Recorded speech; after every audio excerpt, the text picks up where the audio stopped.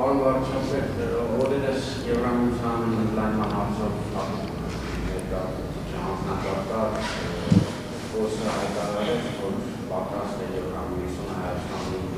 օժանդակել Հայաստանի դրա սանքցիաները տարածաշրջանային մասնավորապես Վրաստանի հավաքվածությունների միանալու հարցով կարելի է ենթադրել, որ դա նշանակում է, որ էլեկտրացանցերի կառավարման գործում մասնակցություն կարող են ունենալ նաև տարածաշրջանային երկրներ, մասնավորապես Վրաստան կամ Գիտեք, իրական տիկին Կոսի հայտարարությունը կարծում եմ կապված է շատ կոնկրետ նախագծի հետ։ Դուք գիտեք, որ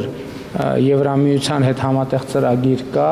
Հայաստան-Վրաստան էլեկտրաէներգիայի փոխակերպման կայան կառուցելու վերաբերյալ վարկային ծրագիր կա, որը գործում է շատ երկար ժամանակ, ինքը շատ բարդ ծրագիր է եւ մենք աշխատում ենք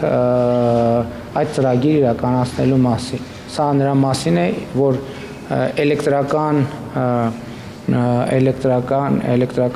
էներգիան մի քիչ տեխնիկական բաներ է, այսքան լավ չեմ տիրապետում, Հայաստանից Վրաստան, Հայաստան, Իրան արտահանել ներմուծելիս որոշակի ռեժիմային խնդիրներ են առաջանում եւ ծրագրի իմաստն է նա, որ փոխակերպման կայան կառուցի,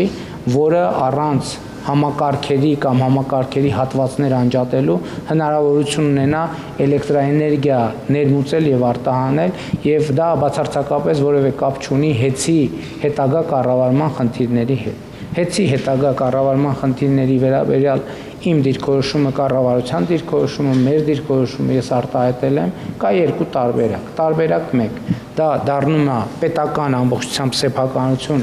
եւ հանձնվում է հավատարմագրված կառավարման, եւ երկրորդ տարբերակը, որ մասնավորեցվում է միջազգային հեղինակավոր ոլորտի կառավարման փորձ ունեցող ընկերության։ Ինձ համար ցանկալին առաջին տարբերակն է, բայց քանի որ առաջին տարբերակում նաև վճարումներ պետք է արվեն, հիմա շատ բան կախված է, թե ինչ օբյեկտիվ գին կորոշվի ՀԵՑ-ի համար։ Եթե գինը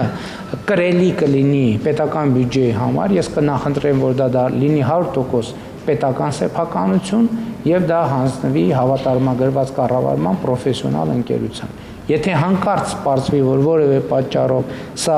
հնարավոր չի լինում իրագործել, կգնանք